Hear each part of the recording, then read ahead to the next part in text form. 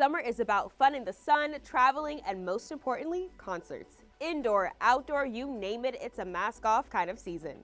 But before you go buy your weekend festival passes, here's what you need to know. The worst part of the pandemic was no live music. Even the versus battles couldn't make up for the loss. Concerts around the world were postponed or canceled for over a year. A bummer for fans, but even more of a bummer for artists like Jeff Pelson.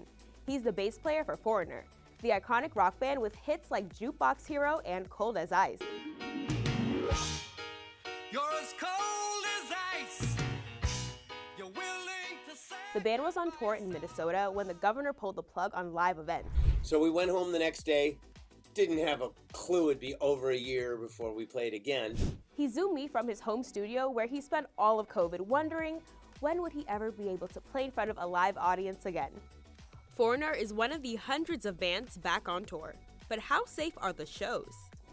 Knowing less than half the country has been fully vaccinated, I asked Dr. Payal Kali. Let's play out a few scenarios on how a concert experience could go. Scenario number 1, no mask or vaccines.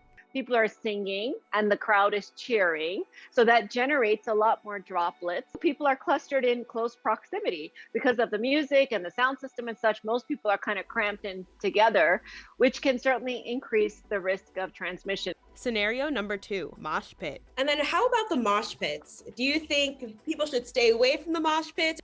I think it's a good idea to avoid it right now because it's a dependent position. You're down lower. The likelihood of droplets coming down upon you is higher. Scenario number 3, mask required. You should probably wear a mask because that will reduce your risk. I mean, you can wave to them from across the thing, or you guys can dance together or whatever, but you don't want to go and get up close to them. Scenario number 4, vaccination card required. When people are vaccinated, you can go hug them, you can mix with them, you can get into the mosh pits, you can do whatever you want if there's a 100% rate of vaccinations.